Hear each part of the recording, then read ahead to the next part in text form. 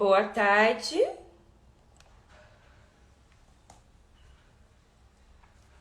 Boa tarde, boa tarde. Boa tarde, pessoal. Boa tarde a todos. Sejam bem-vindos a mais um Talk Prévio. É um prazer ter vocês comigo aqui nessa quarta-feira, na hora do almoço. Que bom ter vocês aqui.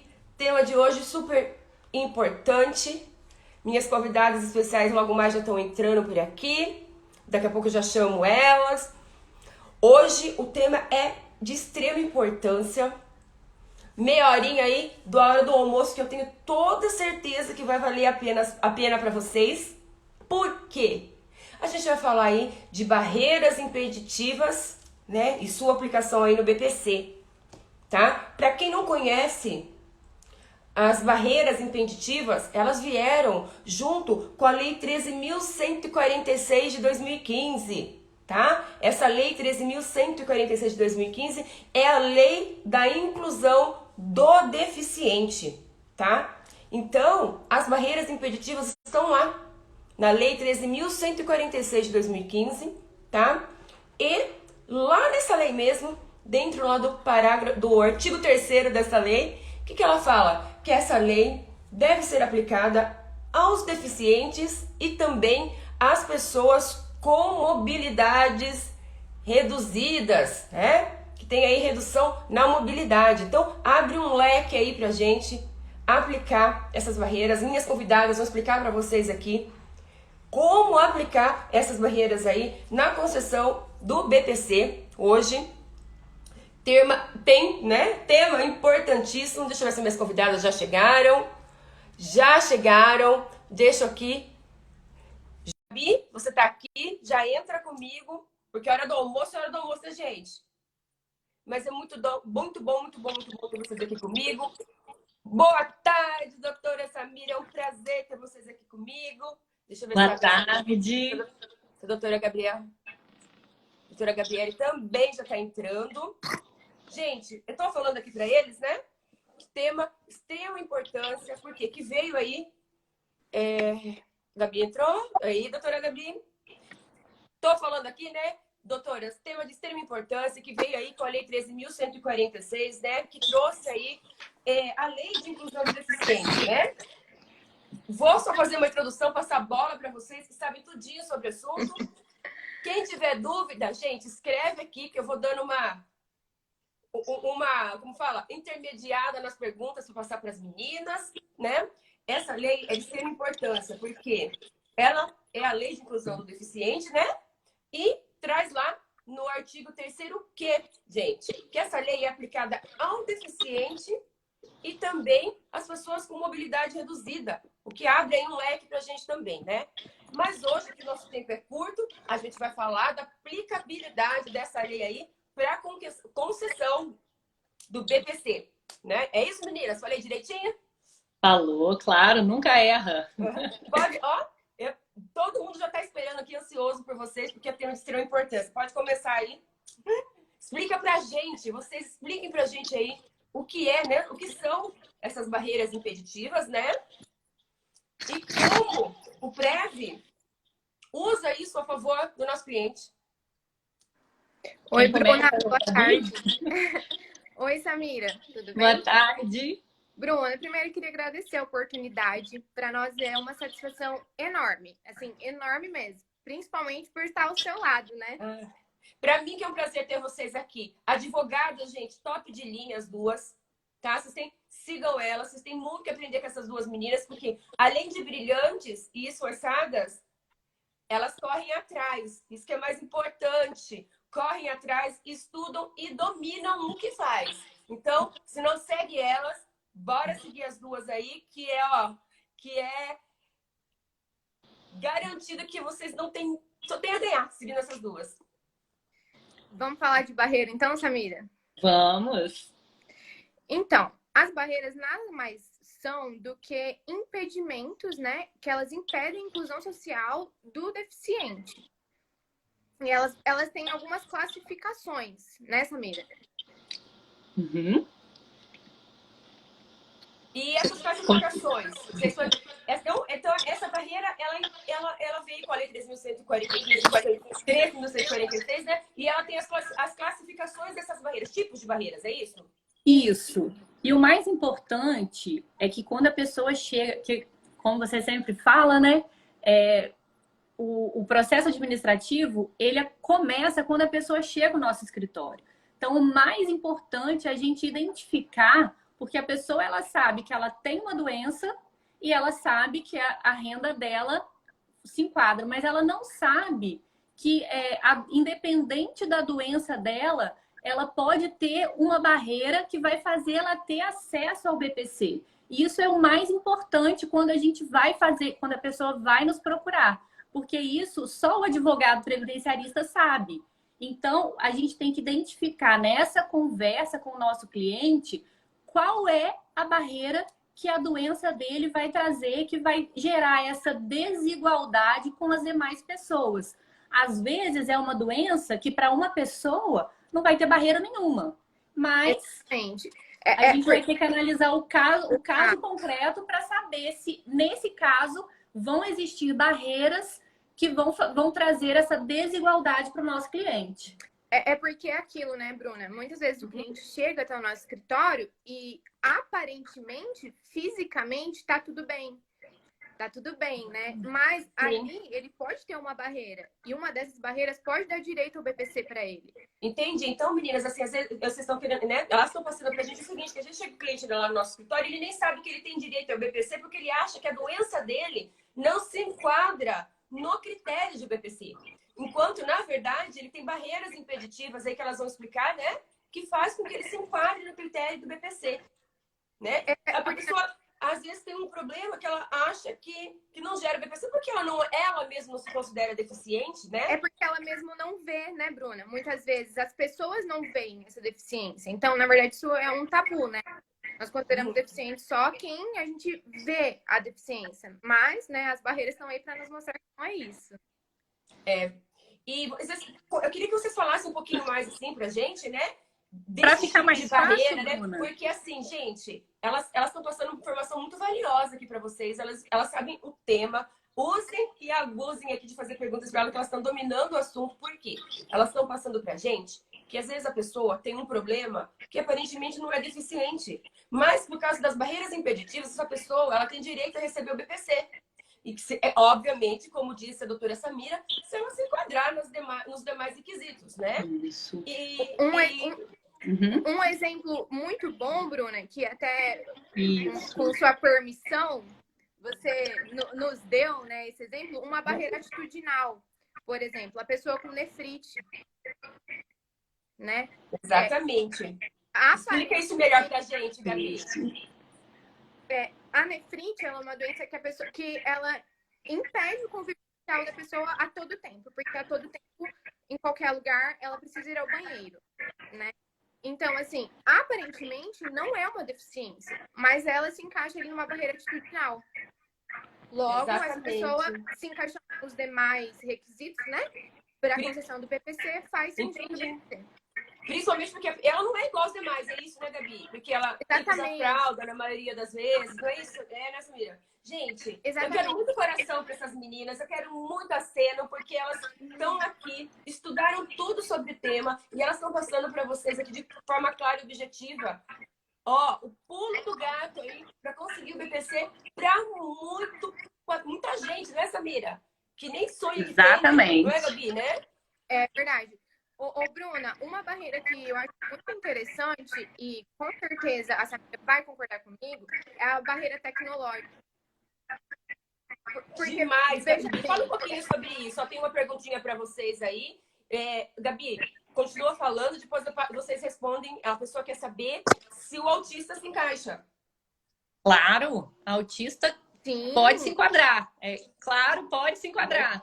Tudo isso vai depender do grau dele, se ele é criança, se ele é adulto, porque se ele é criança, a gente vai ter que ver, vai ter que ver aí se ele tem igualdade com as crianças da idade dele. Se ele for adulto, a gente vai ter que colocar a doença dele em parâmetro com outras pessoas da mesma idade, que fazem a mesma coisa que ele.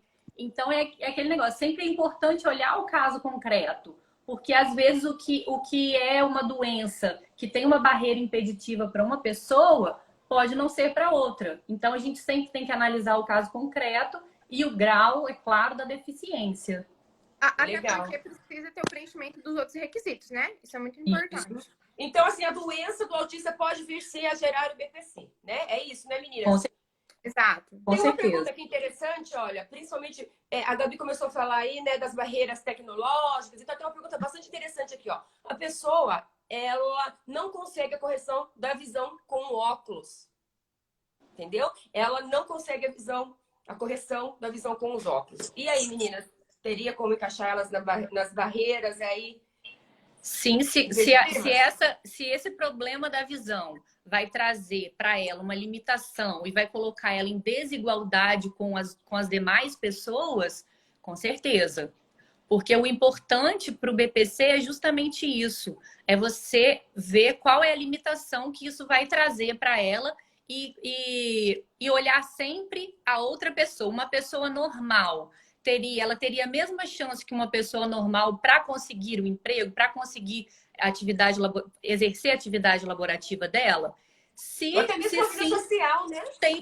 Tem direito. O HIV até é um grande exemplo, porque às vezes a pessoa pode ter total condição para trabalhar, mas existe a barreira que é o preconceito. Então ele deixa de conseguir emprego porque ele, com outra pessoa, se a pessoa souber que ele tem o vírus e colocar ele em parâmetro com outra pessoa, ele vai contratar aquele que não tem.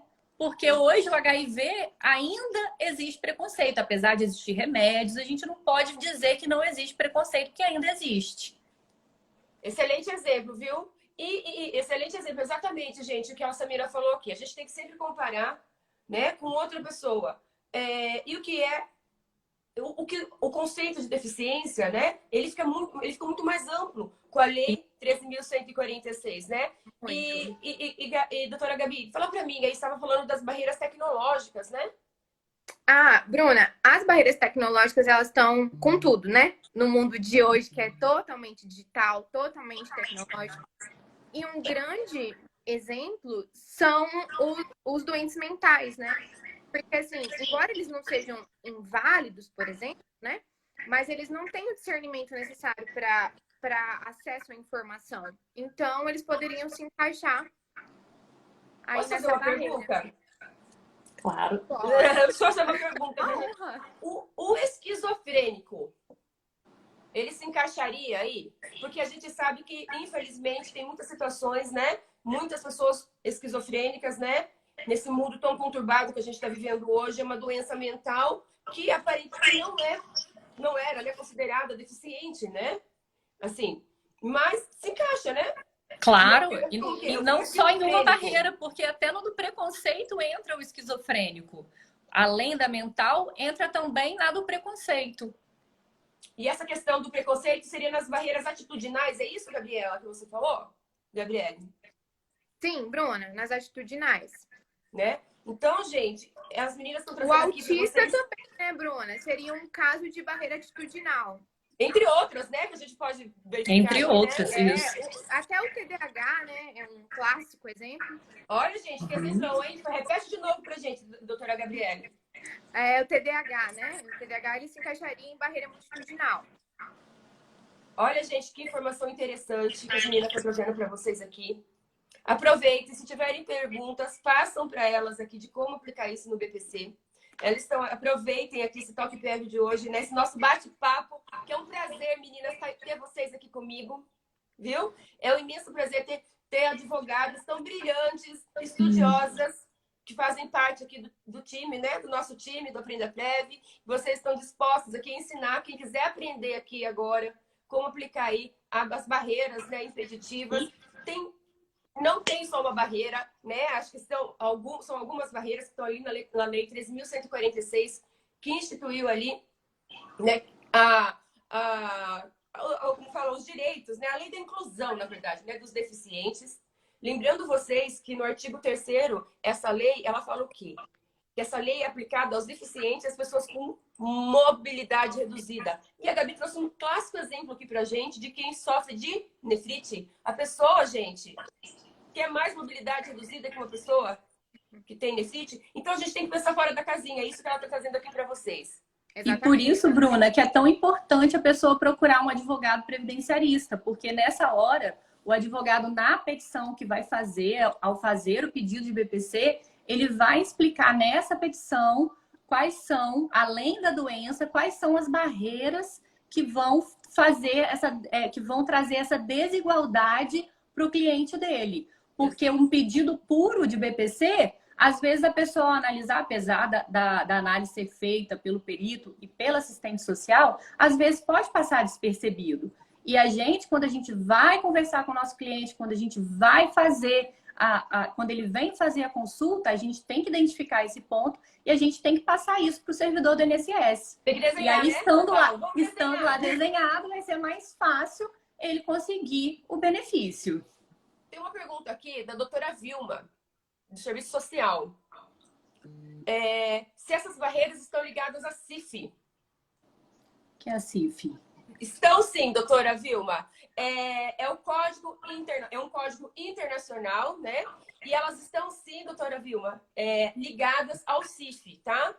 O CIF, gente, para quem não sabe, é só dar um Google lá, que é um código internacional, né?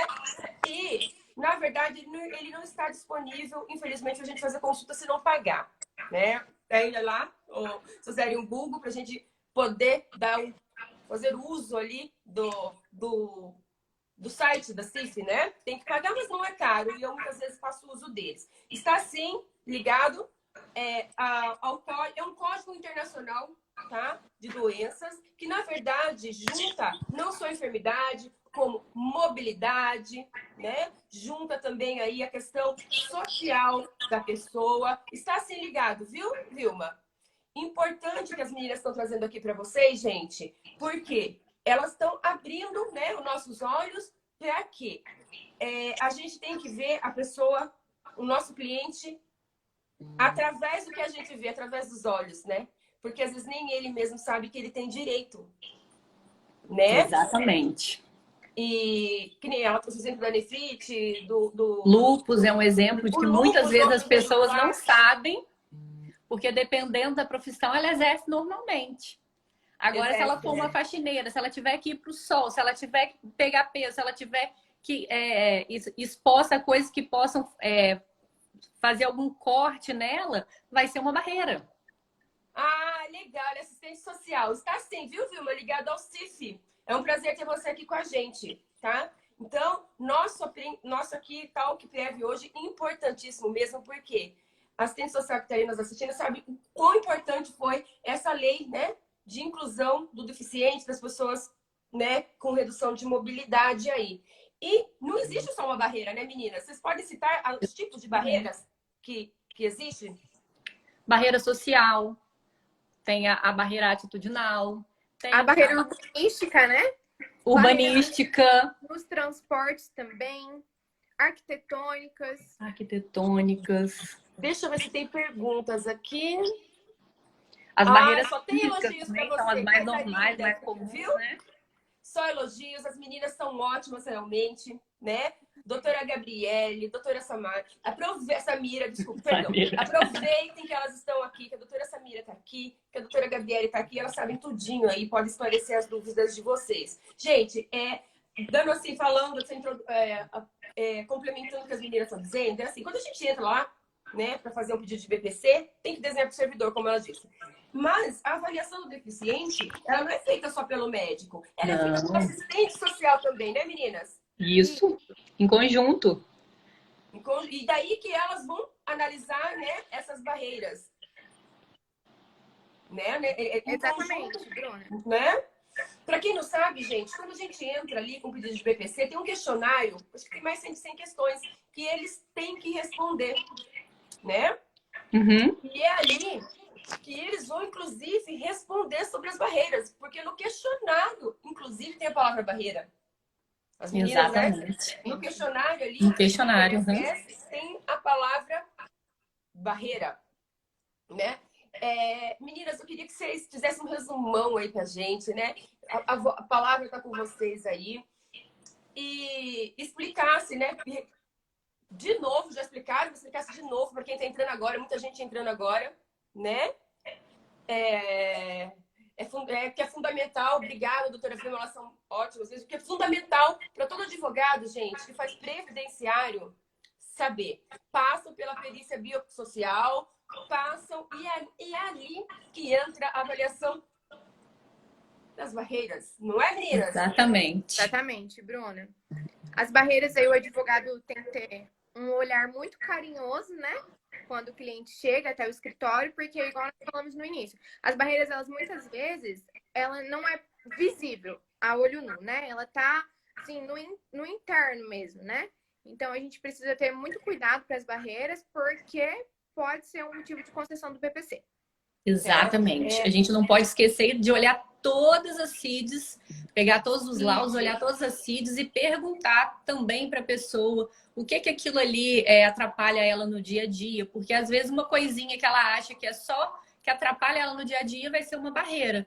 Às vezes a gente tem que perguntar onde ela mora, se tem acesso a transporte, porque tudo isso faz diferença, porque às vezes não é uma barreira física, mas é uma barreira urbanística, uma barreira de transporte. Então, a gente tem que analisar não só a doença, mas também o conjunto de como é a vida da pessoa e o que aquilo pode atrapalhar no dia a dia dela e o que aquilo vai gerar de barreira e vai colocar ela em posição diferente de uma pessoa normal.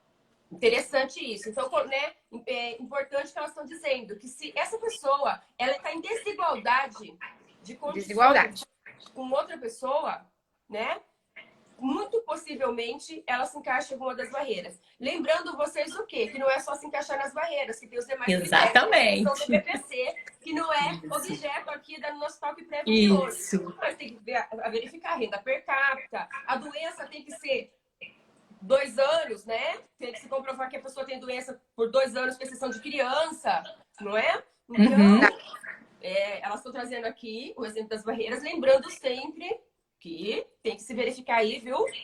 Prévios os demais requisitos, né? Isso. Gabi, fala uma coisa para mim. Quando você entra com o requerimento, você já desenha para o servidor, já faz uso ali mesmo ali das barreiras, não é isso?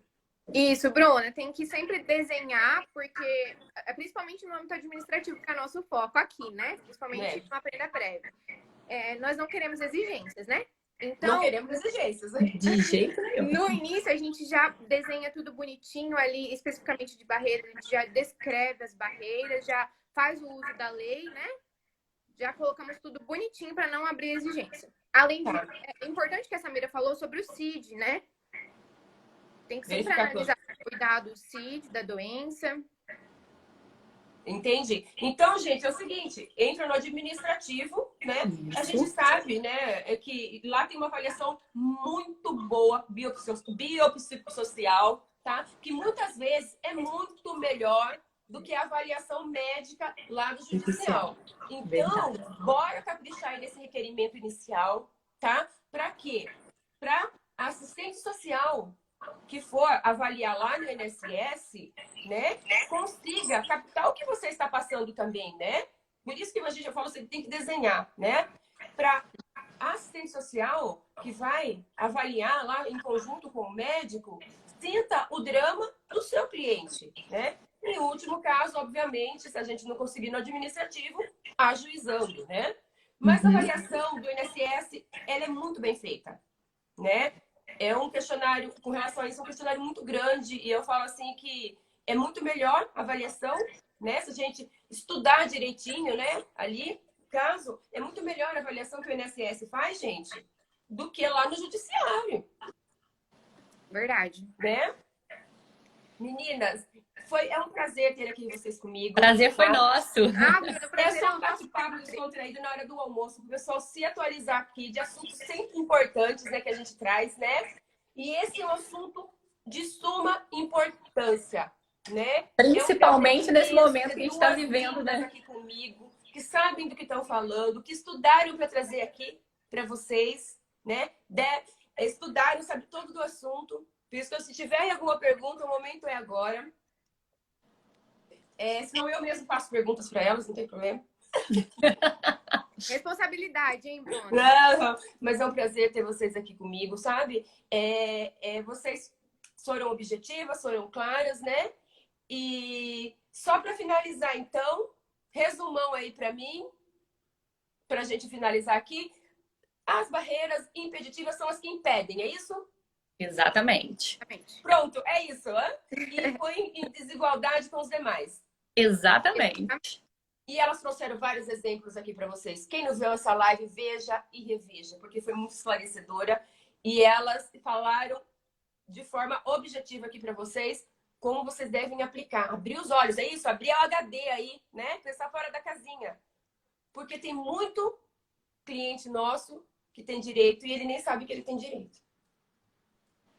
Verdade, Bruna. Temos que analisar com carinho e pensar fora da caixa, né? Exatamente, eu sempre falo, né? A gente tem que ter, a gente tem que olhar além, né? Nós assim, nós previdenciaristas, a gente tem que olhar além, né? Voltando a repetir, obviamente que tem que se enquadrar nos demais requisitos, né?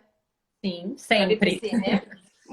Outra pergunta. Essa lei, ela pode ser usada na concessão de outro benefício sem ser o BPC?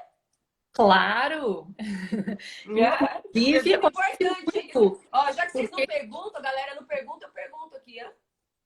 Porque quando a pessoa entra com ação de concessão de auxílio-doença, muitas vezes o perito entende que a doença que ela tem, ela é parcial, ela não é para todo tipo de trabalho.